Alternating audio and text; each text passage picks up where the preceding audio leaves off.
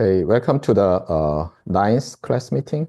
Is it? Yeah, ninth class meeting of the introduction to DSP. We didn't have homework and will not have homework for this class meeting.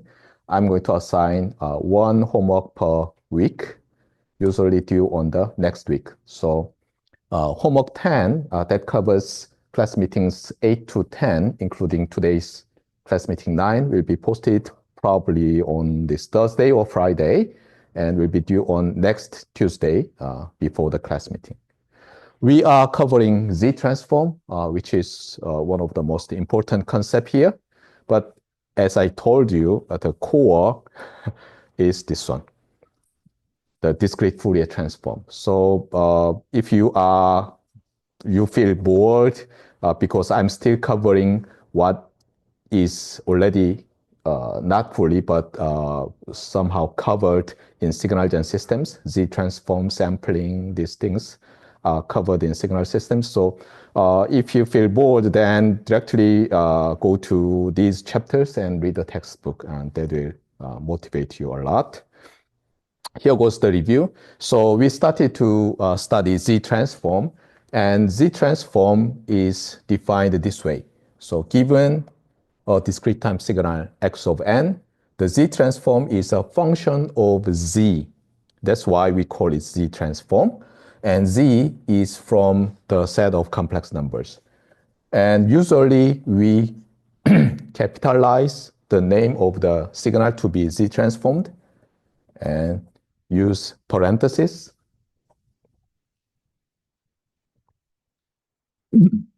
And define the Z-transform as the infinite sum, where the summand, which is things placed here, this is called the summand. Summand is the product of the signal to be transformed and e to the j omega n conjugate. So here we go, sorry, z. Sorry about that. Z to the negative n. Got it? And the relation between Z transform and DTFT is this one. As the name shows, you replace Z with e to the j omega. Then you have a link between Z transform and discrete time Fourier transform. So as we learned, as we have seen last time, one point of view is that DTFT is just a specialization of Z transform by evaluating this function of Z, which is a complex number, only on the unit circle. So here goes the Z plane, and here is the unit circle. As I told you, I prefer using j instead of I to denote the square root of -1. So you may say that, hey, it seems that the DTFT over discrete time signal is simply the Z transform of the corresponding signal evaluated on the unit circle. That is one point of view.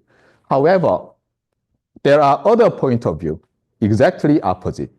So the idea is to rewrite Z as R times e to the j omega and replace this one here. Then what happens? Z transform, where Z is replaced by R times e to the j omega, can be viewed of what? Can be viewed as the DT Fourier transform of a new signal. Let's say x tilde, defined as the multiplication, term by term multiplication of x of n and the exponential function with base 1 over r. Okay, so here this can be interpreted as this one. So here goes the distance from the origin to the complex number, and here goes the 1 over the distance. Got it?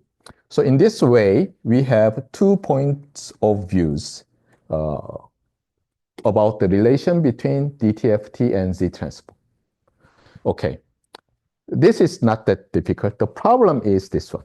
Since we have the definition in terms of the infinite sum, whenever we have, of course, countable infinite, in this case, we have an infinite sum, your sum of the neurons should have been already assigned to ask this question. What question? Does the sum converge, right? So you have to assign this task to some of your neurons. So does this converge? That is the problem. Sometimes for some g on the g-plane, your given signal x may have convergent sum. Sometimes your sum does not converge. So here, even though we say the z transform over discrete time signal x is a function of z, this entire set, the set of complex numbers, may not be the domain of this function. It may be the domain of the function may be smaller than the entire complex set. Got it? And this domain is called what? The region of convergence. In Korean, 수렴 영역. Got it?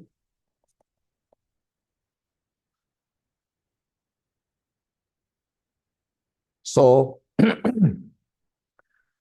since the definition of Z transform is in terms of an infinite sum, we have some Z in the complex set may give us convergent sum or sometimes divergent or non-convergent sum. And when we talk about this function, Z transform, we need to specify this region of convergence. Because as you will see today, two different signals may have same algebraic expression or form of Z transform, but having totally different region of convergence. Last time, I've given you some example, such as function f, which is 1 over x for x positive, and g of x, which is also 1 over x, but x negative, and not defined for other reasons. In that case, two functions, f and g, may have the same algebraic expression, but since they have different domains, they are different functions. The same thing occurs when we take a look at some pair of Z transforms we will see. Got it? So region of convergence is very, very important because of the definition itself. Now, this bullet is often not emphasized, but I want to emphasize very seriously. Suppose you have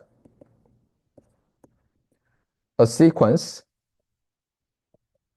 that has 3 non-zero terms located at plus minus 1 and 0. So you have 1, 1, 1, and all zeros. Now, what is the Z transform of this signal X? By definition, what you want to do is that, okay, X of Z equals, by definition,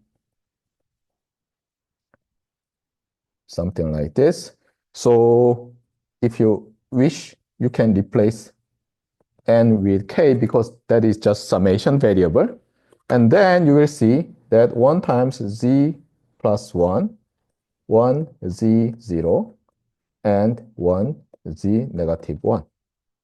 And here, sometimes we may allow z, the value of 0. In that case, 0 raised to the power of 0 is not allowed, as you learned in high school math. So actually, this definition, even though it says we multiply z to the negative 0 to x0 for n equals 0, actually this definition does not mean that. We just delete that. Got it? So this is what our definition says. So be careful. Okay, so I covered these parts. Okay. By the way, this is also very important observation you have to remember. I highlighted some, okay? Some discrete time signals, not every, okay? Some discrete time signals have its Z transform simplifiable by using the geometric series sum formula. What is the geometric series sum formula for a complex sequence? As you know, the formula you learned in high school actually is applicable whether these terms are complex valued or real valued. As far as you have some R, which can be even in this case complex value, and A can also be complex value. But anyway, as far as you can rewrite your sequence in this way, then what is the partial sum and what is the infinite sum? And this partial sum always exists. And this infinite sum converges, as you know, that as far as this common ratio has modulus, because this now can be a complex number, right? Modulus less than 1, then what happens? This is the formula, okay? So this is the formula for geometric series. Or in high school, instead of using the term sequence or for the sum series to denote the geometric sequence, we more often refer it to geometric progression. Okay, so they are the same name. Sequence and progression have the same meaning. Anyway, so this your friendly old formula comes back to your study on Z transform and says this one. Some discrete time signals have its Z transform. What is that? Infinite sum, simplifiable by using this formula. And last time we've just seen that, but today we will contrast the two of the important geometric sequences that have the same form of the mapping rule, but having different reason of convergences. Anyway, this will be deferred for the today's coverage. And here goes also some comments about the Z transform. The first thing is that not every discrete time signal is Z Fourier has its Z Fourier transform simplifiable.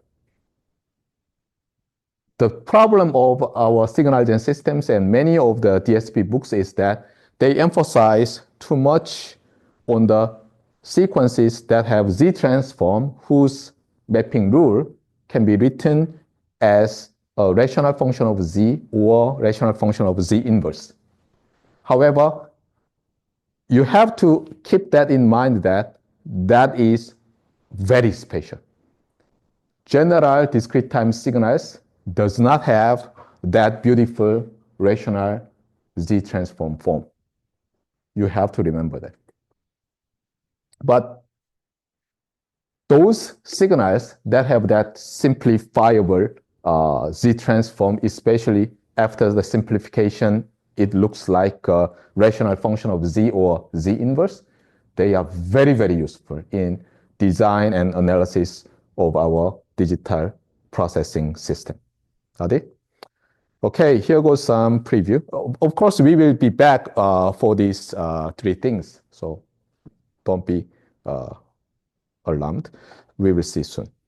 By the way, yeah, this is also related. I will cover. And another thing, even before I cover this part, probably we cannot cover this one today. The idea is this one. Probably some of you remembers some interesting idea you learned in linear algebra and differential equations.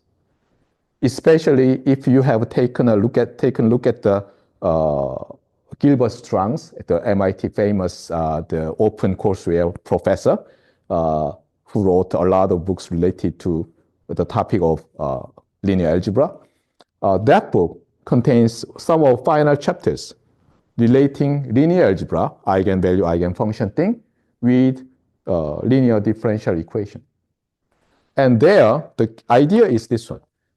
Some differential equations that describes the dynamics of some parameters, which means that involves time function of some physical system or electrical system, can be transformed to an algebraic equation where no concept of time exists, but simply you need to solve some polynomial equals 0 type thing. You've seen that. Actually, same thing happens here. So we are handling linear constant coefficient difference equation in this DSP course. And the difference equation is also describing some dynamics of the system. It handles time function, right? However, using Z transform, you can transform this dynamical equation, difference equation, to a apparently static polynomial equals 0 type equation. And you can find important property of this dynamical system. So Z transform is very, very powerful tool to analyze and design discrete time systems, especially LTI systems. Anyway, we will see. Okay, so this is what I already emphasized. And this is about the existence of DTFT. And here goes the definition of Z transform. And this is about the complex Z plane. And this is about the reason of convergence and also the relation between the DTFT and Z transform. And here goes the shape of ROC. So let's start from this one. So interesting thing is, even though some discrete time signals may not have its Z transform simplifiable by using the geometric sum formula. Geometric sum formula is, as you remember from your calculus, is very, very useful to show the convergence of some non-geometric series or sequence using ratio test. You remember, right? You remember ratio test, right? So same thing happens here. So the idea is this one. Suppose you have some, I will talk about it later, but so here goes the Z plane. And suppose given x of n, this complex value is included in the ROC of the Z transform of this x of n. Then, interestingly, all the points with the same radius as this point are also included in the region of convergence. Why is that so? It's actually from that comparison, the ratio test. So it's like, let's say that this value is Z0, the complex value. Then from the definition that Z0 is in the region of convergence, x of n times Z0 raised to the power of negative n when summed over for all n converges, right? And this is simply capital X evaluated at Z0. So this converges by definition. Now, we consider some other complex number having the same distance from the origin. Then, let's say this value as Z1. Then what can we say? We may say that Z 1 equals Z0 e to the J theta. Am I right? From the polar coordinate representation of the complex number. Now, we consider summation of xn times z1 raised to the negative n, and you replace z1 with z0 e to the j theta raised to the power of n, and blah, blah, blah. You can, by using the ratio test, you can show that it converges to something like that. Got it? So you do it yourself.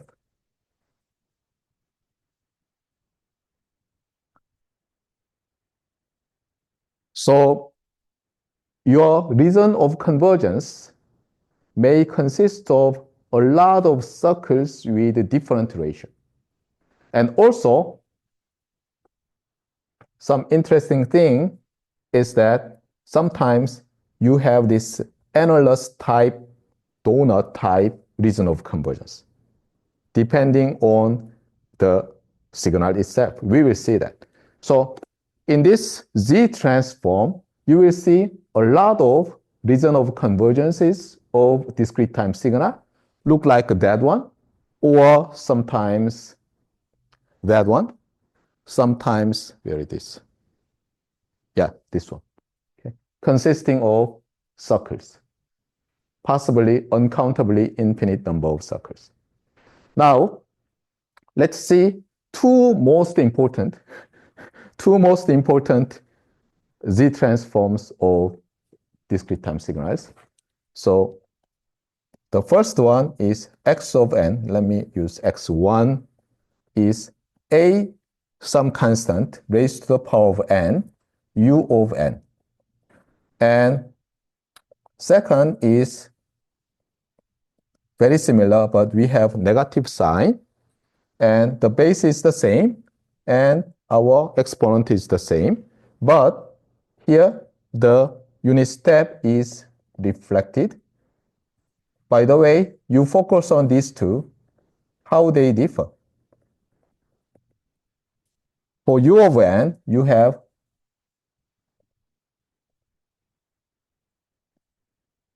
the stem function look like this. And for that one, you have what?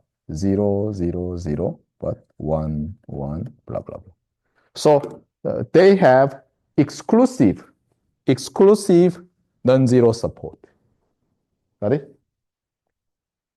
And their bases are the same, but the sign is different.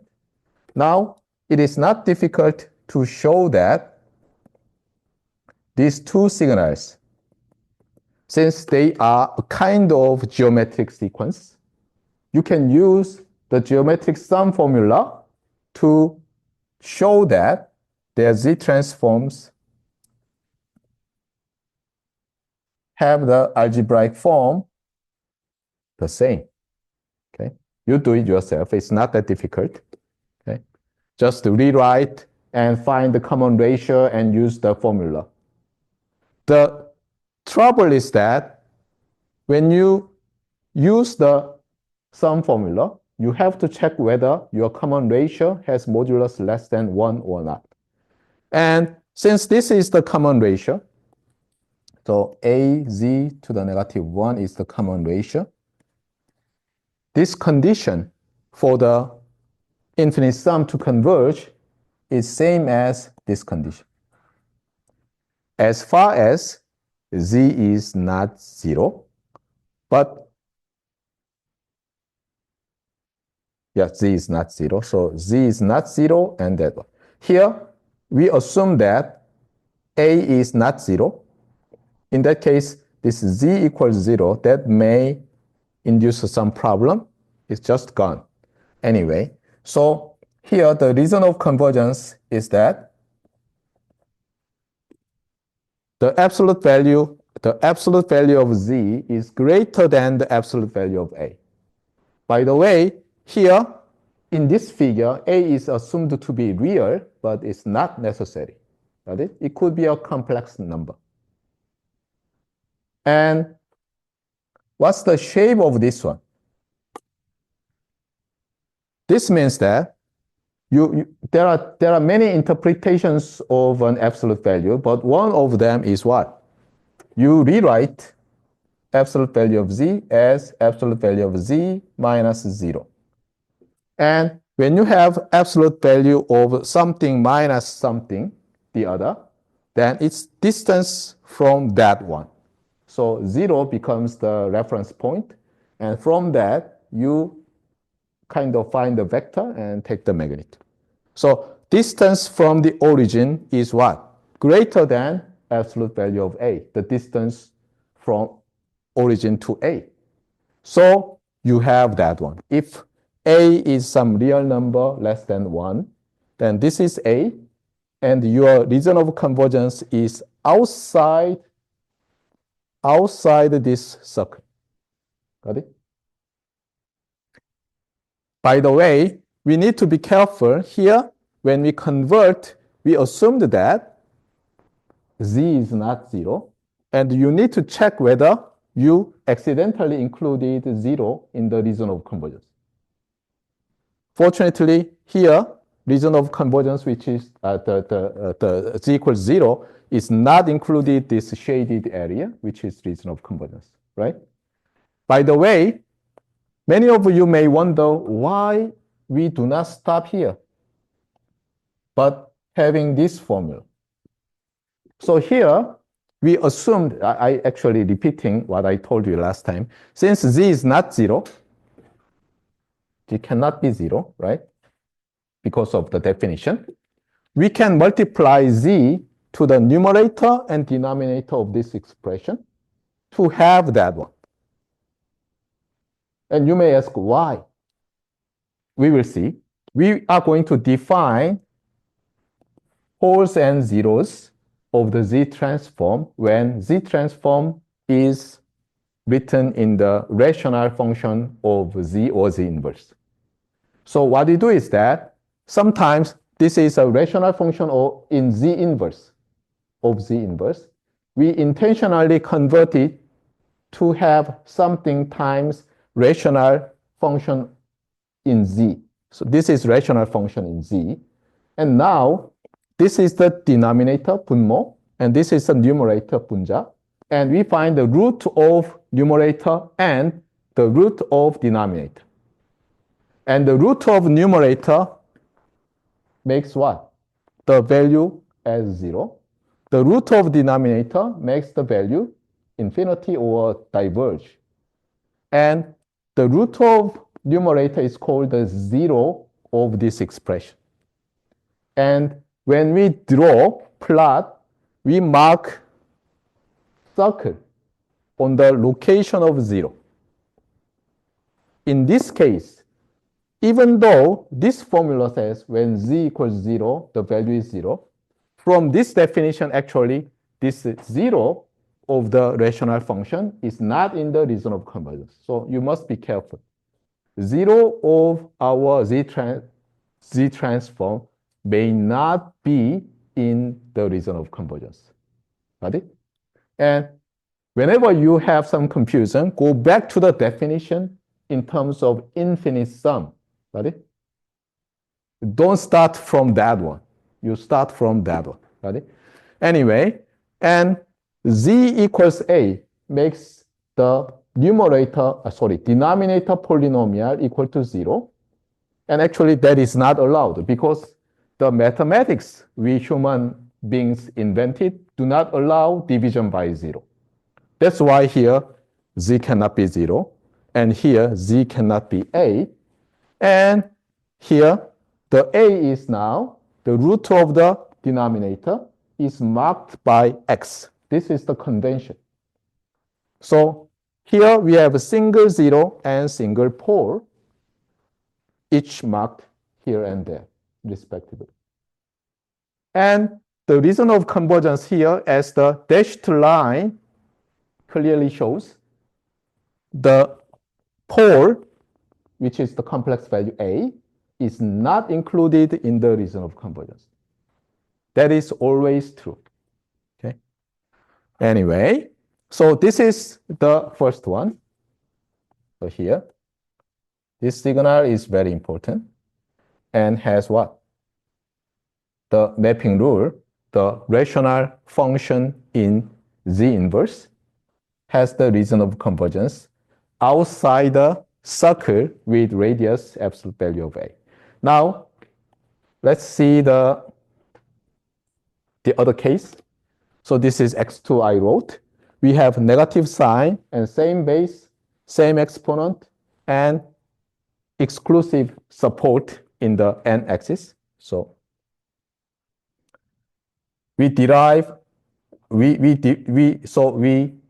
the same thing as you see. Z transform of this signal is defined as the infinite sum. And this sum can be, fortunately, simplified by using the geometric sum formula under the condition of what? Be careful here. Our n runs from negative infinity to negative n. So actually, this one, even though it says z to the negative n, actually this is what? Sum negative a sum n0, z to the negative n0, blah, blah, blah, a to the 0, sorry, a to the 1, negative 1, because negative 1 is the upper limit, and z to the 1, right? And as you see, that these z's have what? All positive exponent. See that? Here you have z to the raised to power to 2, and this n0 is negative number. So your z's are raised to the power of positive integers. So here you may say that, okay, so we don't need to exclude z equals 0 here. So z equals 0 is okay so far in the infinite sum, right? And then when you convert this one to some formula, some form, here we need to be careful, like this common ratio, a to the negative 1 times z is less than 1, right? And this one, if a is non-zero, is equivalent to that one, right? And if we draw that one, if the absolute value of a is happen to be less than 1, I'm not saying that this is always true, but in this example, happen to be less than 1, then here is a, and you have the region of convergence here. And this allows z equals 0, and here the infinite sum also allows z equals 0, so no problem. So this 0 is included inside the region of convergence, which is different from that one, right? It is 0 of this rational function, but it's not inside the region of convergence. So this is the region of convergence. And again, you can show that after manipulation, you have the same form of the rational function of z. Z divided by z minus a. So here,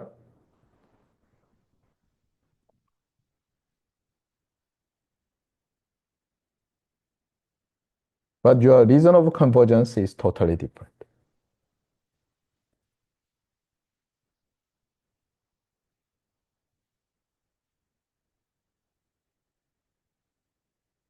Got it?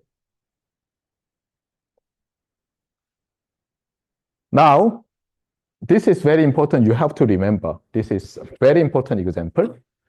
And so, even if the values of a's are the same, they are totally different signals, right? One has non-zero terms only on that part, and the other has non-zero terms only on that part. So they are different, right?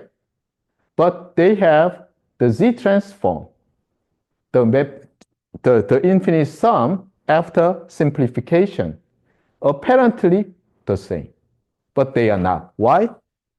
Apparently the same in this when you compare this z function, the rational function of z or rational function of z inverse, but their reason of convergences are different.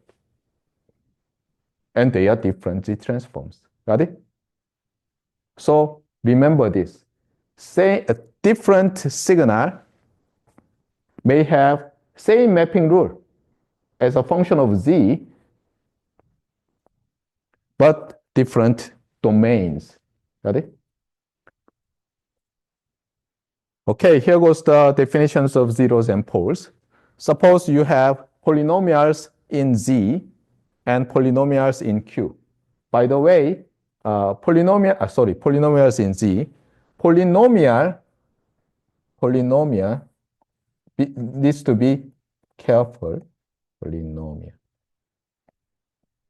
Polynomial in Z means that you have first finite terms of something, and second, n is greater than or equal to 0. Got it? Actually, when you say, I have a polynomial in Z, you are not allowed to have Z to the negative 1. Got it? That is the definition. So, is this a polynomial in Z? No, actually it is not. Okay? This is a polynomial in Z. This is polynomial in Z. Got it? So be careful. So here, suppose this is a polynomial in Z, and that is also polynomial in Z. And this polynomial may have some complex number Z that allows P of Z equals 0. Then those Z's are called zeros of this X. Got it? In the same way, the polynomial Q of Z in Z may have roots. And these roots are called poles of X. Got it? And these poles and zeros are, as I told you, marked as circle if it is a zero, marked as X if it is a pole.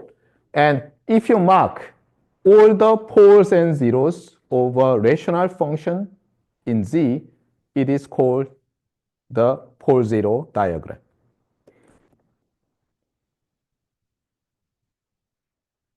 This notion can be expanded like this. Suppose you have something like this.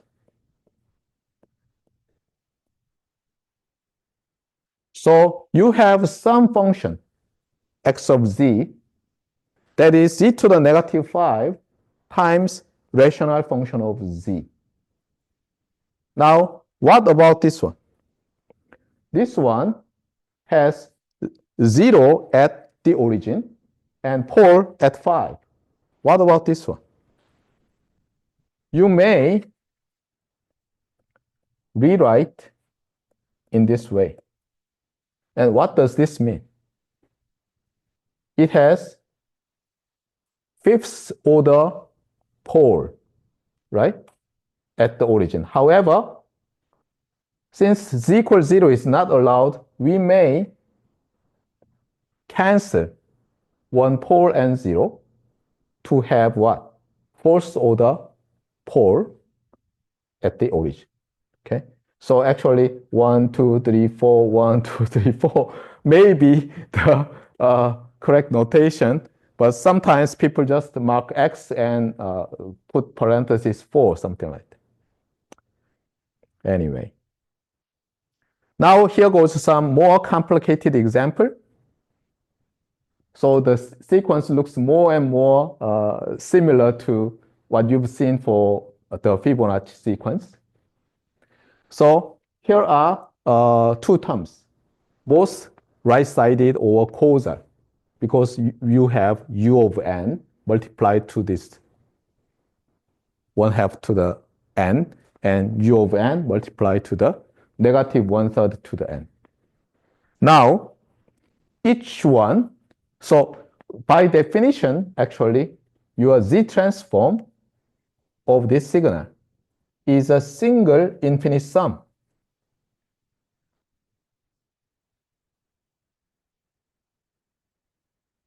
By the way,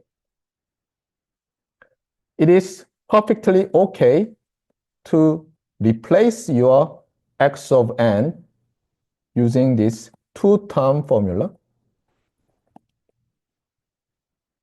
Now let me ask you a question. Can you rewrite the single infinite sum into the sum of two infinite sums?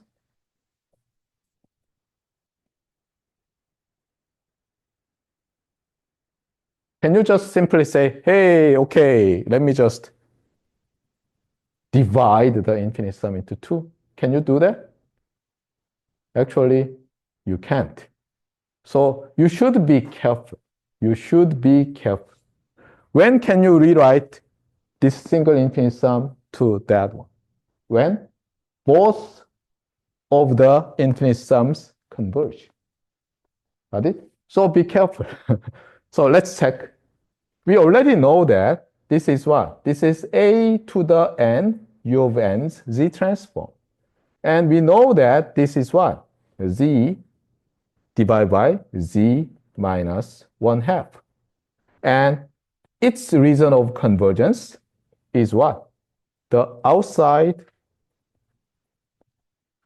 the circle with radius 1/2. What about that one? Be careful. We have to put negative, negative. And then this part becomes what? Z divided by Z minus negative 1/3. And the reason of convergence is what? This one. Am I right? Let me see. Something's not correct. Just a second. 1/2, 1/3. Am I right? Yeah, sorry. Not this one. Yeah, this is u of n, so you need to keep it. My bad. Okay. So, yeah.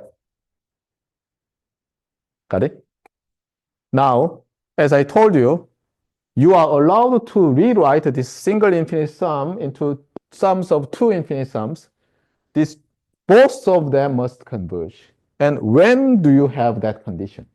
This and that. Actually, that is what? That is this. So you have 1/3 bigger than 1/2. So here is the radius 1/2 circle. And outside this circle, this converges and that converges. So your Z transform is simply that summed with this one.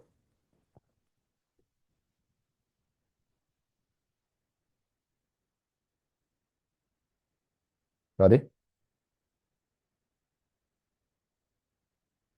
Now, we need to check whether 0 is not included. Okay.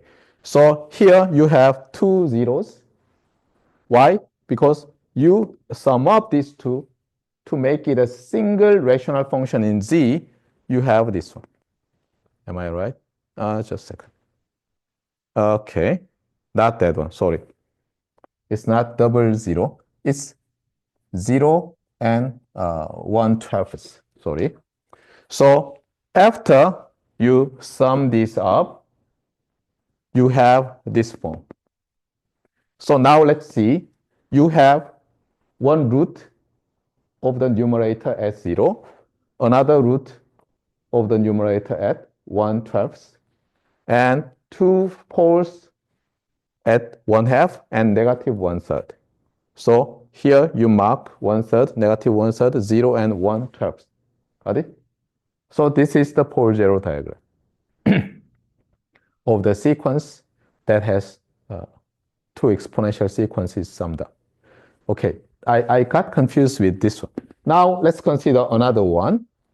Here, the first one is right-sided. Second one is left-sided. Got it? And we know that this one will give us what? Z minus negative 1/3 and plus Z minus 1/2. The problem is that for this one, we have what? The region of convergence, that one. And for that one, we have region of convergence, 1/2. The problem is that this region and that region does not overlap. Am I right? No, they overlap. They overlap at 1/3 and 1/2. Got it? So on this annular region or donut-shaped region, both of the infinite sums converge. So our original infinite sum converges. Got it? And in order to find the poles and zeros, again, we turn this sum of two rational functions of z into a single rational function, which is that one. So here we have a pole, 0, 0, and pole. Got it? Now here goes some important class of discrete time signals. Now let's consider a discrete time signal that has finite support or finite duration or finite length. So in this axis of n, you have some n1 and n2. And at all the other values of n, the signal is 0. And only in this interval, you may have some non-zero value. That means you still have 0 here if you want, right? Something like that. But definitely, outside of this interval, you have zeros. Now, what is the common property of such finite length or finite duration or finite non-zero support signal, X? By definition, the Z transform is in general sum of infinite terms. However, you have finite sum for these signals. Got it? Now, we should be careful about division by 0. When do we have that problem? When n is positive. So if we have some positive values, then z shouldn't be 0. But if all the negative n's are positive, then z equals 0 is allowed. So when you handle the sum, that is the key. Because anyway, it's a finite sum. The only trouble about region of convergence is whether we have division by 0 or not. Got it? That's why we just need to check whether this is not included in the region of convergence or still included in the region of convergence. So let's see one example. Suppose your x of n equals delta of n plus 2 plus delta of n plus 1 and delta of n. Now, what is the z transform? Z to the 2, z to the 1, and 1, right? And this is a finite sum of complex numbers, z squared, z and 1, and you don't have any division by 0. So the ROC is what? The entire complex plane. Now, x2. Let's delay this signal.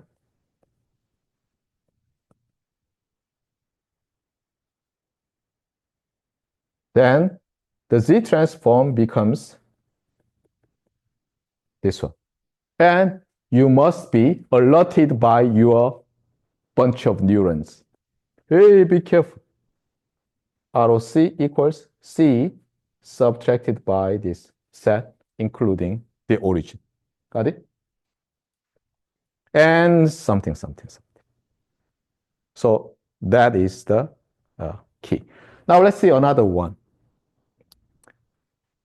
You have a sequence X that is non-zero. So actually, this example is related to that one, right?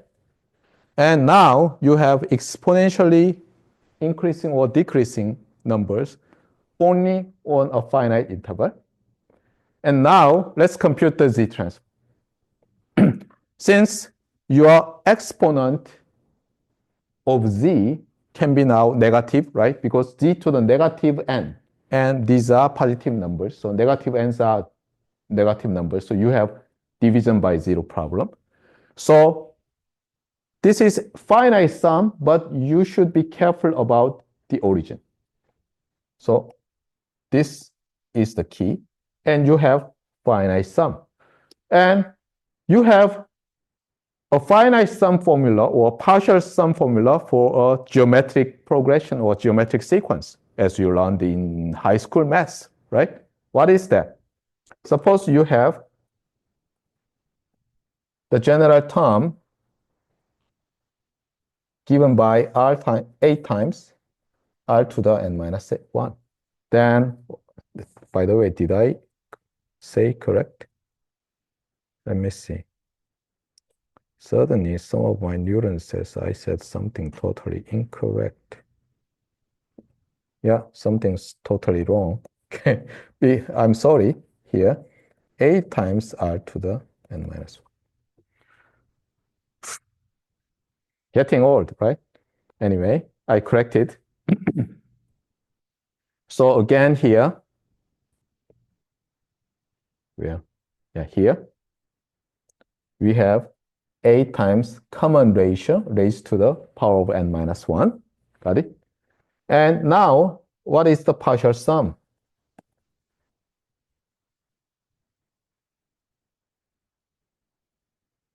Sorry, A. And the formula says 1 minus the ratio in the denominator, and the first term, that is A here, open parenthesis, 1 minus the common ratio raised to the power of the number of terms, right? And here you may say that, wait a minute, what about r equals 1? Then the sum does not exist? No. As you learned in high school math, what happens if r equals, so r not equals 1, r equals 1, you have, this is what now? R equals 1. You have n times a. Got it? So be careful. Anyway, here we assume the common ratio is finite and does not say whether it is 1 or 0. But in this example, a is assumed less than 1. By the way, a is the common ratio. In our high school math, r is the common ratio. Be careful. Okay? That's why I got confused. We use r as the magnitude of the complex number. Anyway, so here we have finite sum. So Z transform is this finite sum. We only need to be careful about that one, and whether A is 1 or not because of that one, right? And if we assume A is not 1, we can directly use this formula. And here, this is not a rational function in Z. This is a rational function in Z to the negative 1. So what we do is that since Z is non-zero, we multiply some Z to the numerator and not denominator, and also multiply Z to the n minus 1 to the numerator and denominator so that we have this form of the rational function in Z. Got it? Now, let's see the numerator and denominator. Where do we have poles? So poles are located at 0 and A. So, and by the way, we usually call there are n minus 1th order pole if Z is raised to the power of n minus 1. So here, if n equals 16, n minus 1 is 15, so it says 15th order pole, even though it marked just single x. Right? Sometimes it's second order pole just crossed twice, but you don't want to count the 15 axes, so write in this way. And where is another one? Be careful. This one actually can be simply factorized as you learn, right? In high school math.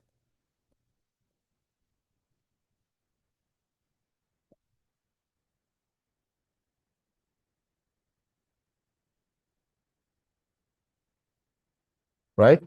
So actually, this z minus a factor cancels with that one.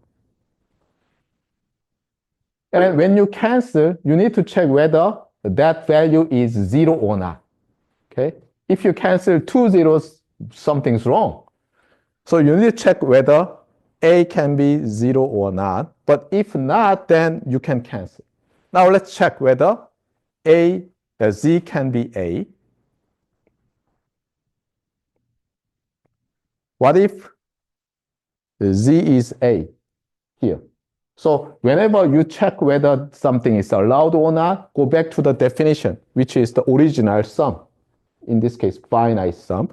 So if z equals a and a is not 0, then what happens? This is 1, right? Right? So 1 summed over n times. There's no problem. So you can, by the way, am I right? 1. This expression is not correct, right? So we should have that one. Just a second.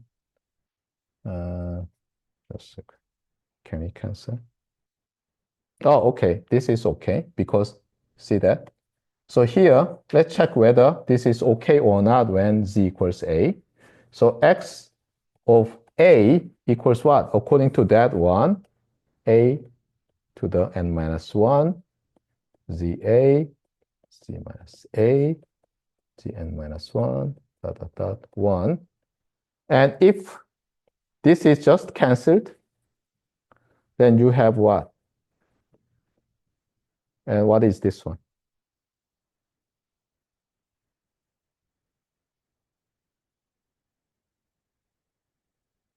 That one? Am I right? Just a second. Something's not correct. What is wrong? Just a second.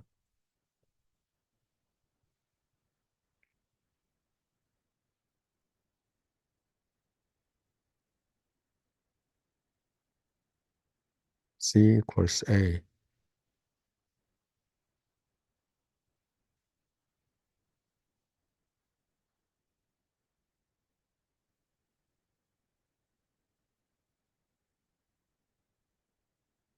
It seems this something's wrong here. C equals A. Yeah. I believe that you have to write this way. So Z not equal to A. Okay. Then you have this formula.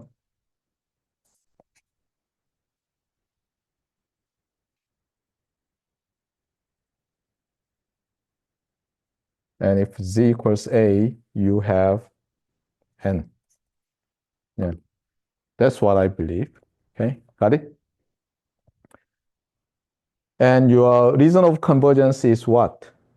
Reason of convergence is all the complex plane except the location of pole, the origin, right? So reason of convergence is this one. So let's wrap up here about the Z transform and some examples. So the definition of Z transform is in the form of infinite sum. So whenever you have confusion, just go back to the original infinite sum definition. Got it? And you want to sometimes simplify that infinite sum by especially using the geometric sum formula. In that case, you must be alert. Of course, even before you use that, you must be alert about what? Division by zero. Okay? That is the key. And also, when you are extremely tempted to divide the single infinite sum into two infinite sums, when that is allowed, when both of them converges. Got it? So be careful. Now, here goes some very important Z transform pairs. And you'd better memorize many of them. So first, delta of n has Z transform 1. And be careful. This is not the end of the story. You have to check the reason of convergence. Got it? And of course, this 1 for all Z allows you reason of convergence entire Z plane. What about U of n? Then this is the reason of convergence. And interestingly, exact opposite sequence, negative U of negative n minus 1. So this is 0 values or negative 1 values. This is 0 values and 1 values.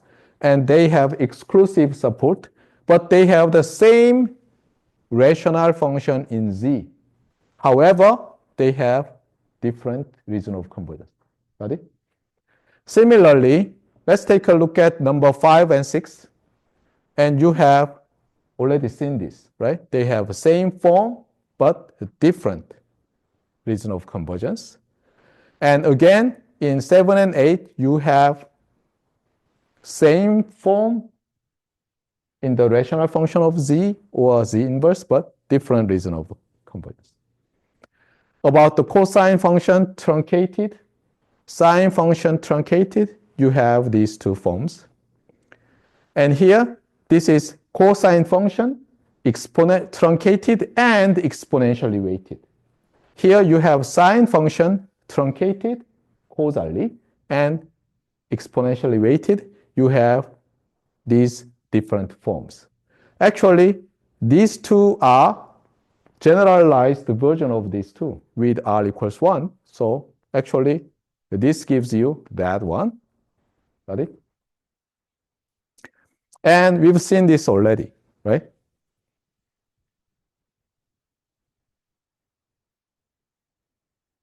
When A equals 1, we have simple moving average. And yeah. Okay. Yeah, here goes more properties of the reason of convergence for the Z transform.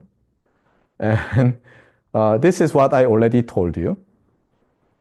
So if you have one complex number inside the reason of convergence, the complex numbers having the same distance from that number are also inside the reason of convergence. So that gives us the always true statement like this. The reason of convergence over discrete time signal consists of circles, possibly infinitely many circles. And here, as we've seen in the figure, sometimes the reason of convergence looks like that, outside some circle, sometimes inside the circle, or sometimes in between two circles. That's what these three cases say. The problem is this one.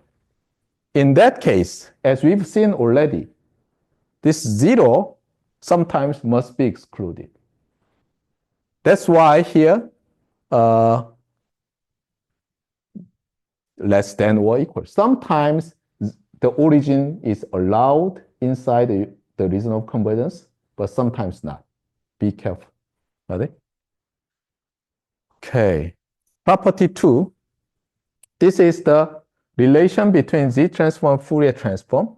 One of the property is that the Z transform evaluated on the unit circle is the discrete time Fourier transform. And this reason of convergence says at this value, the infinite sum converges. Now, you replace Z with e to the j omega. What happens? You consider the summation of infinite sum on the unit circle, right? And if that unit circle is inside the region of convergence of the original G transform, what does that mean? Discrete time Fourier transform exists because it is summable. Got it? So DT Fourier transform of the sequence converges absolutely or actually exists if and only if the ROC of x of n includes the unit circle. Got it? And this is kind of obvious. The reason of convergence cannot contain any pole. What is the definition of a pole? When Z transform is in the form of rational function in Z, pole means a root of the denominator. And root of denominator plugged into the Z transform makes the denominator equals 0. That is not allowed in our math. So pole cannot be inside the region of convergence. Got it? And about the force, it's kind of reviewing that finite duration, blah, blah, blah. You have to be careful about Z equals 0 and Z equals infinity. And you may say that, wait a minute, this is okay, as our professor said, right? Because we have to be careful about division by 0. But what is this one? Z equals infinity? So it's kind of just for convenience definition. For example, suppose we have Z transform in this way because our signal is this one. Then what happens? Our region of convergence is actually entire complex plane, right? Because any finite complex number Z does not make this sum diverge. But for technical or for convenience, we say that there is a pole in Z equals infinity. So actually, when we talk about pole zeros, we extend the complex number to the extended complex set, which is defined as C union infinity. The problem is that when we have real number, we have actually positive infinity and negative infinity. But what about complex plane? We have, for every possible direction, we have kind of infinity. Actually, this means that, okay? So it's not a single positive infinity or negative infinity. Something very large. So now let me ask you, here, this one converges? And you may say that, no. So actually, your reason of convergence, when as a subset of the C, extended C complex set, should exclude infinity. Got it? Because you have a pole, kind of. Anyway, so this is very confusing. Now, we have a right-sided sequence. What does that mean? You have Z to the -1, -2, something. So you should be very, very careful. And as you see, these right-sided sequences must have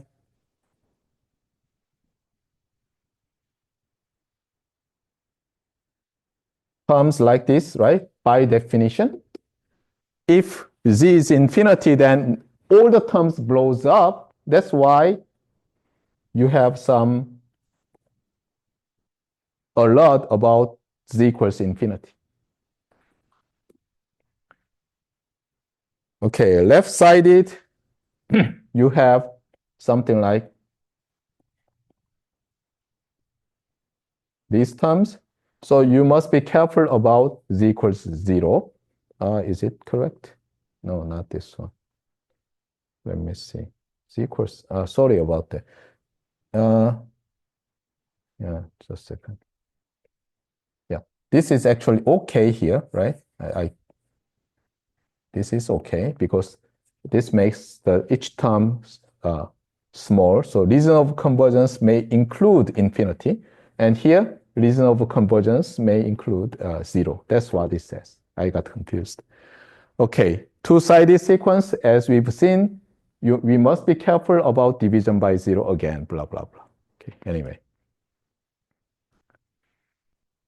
Okay, and we've done this. Yeah. So here goes some kind of alert again. This is kind of repetition, but this is so important. So two different sequences may give you same algebraic expression of Z transform after simplification. But their reason of convergences are different. That's what is here.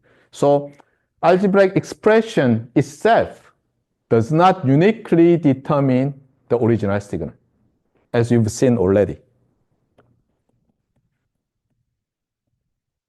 This signal and that signal gives you the same expression of Z transform, but different reason of convergence. So I'm just giving you pole zero diagram or pole zero plot of a Z transform. But if I do not give you reason of convergence, you cannot uniquely determine the signal. Okay, here, let me skip this. So we have around 2 minutes. And now here goes the inverse Z transform. And this is also a very confusing part, but you have to remember this one. This is the definition of inverse Z transform. Suppose you have some function of Z, and Z is a complex number. Now, this function may have some domain where this x of z defined. Now, you integrate. This is a complex contour integration. You integrate after you multiply z to the n minus 1. And then you have x of n, the nth term. So in principle, to find your signal back, how many contour integration you need to do? Countably infinite, if it's possible. So Z transform may be simple because it's a sum. Of course, it's an infinite sum. But inverse Z transform is a horrible thing.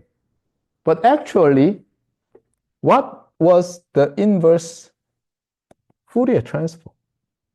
Inverse Fourier transform was something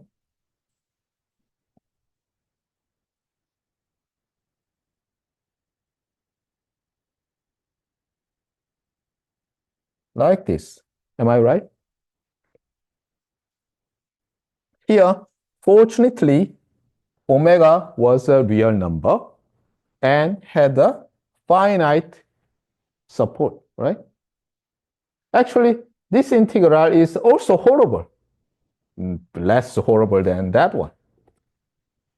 But you don't remember you were kind of horrified by these integrals when you are being taught about inverse DTFT and inverse G-transform in the signal-gen systems. Why? Because even though this is the definition, we only consider very small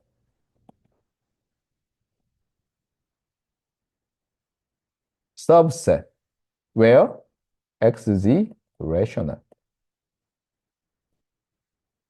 We only focus on this subset and consider inverse G-transform. That's why everything was simple. And you will see the rest of the story next time.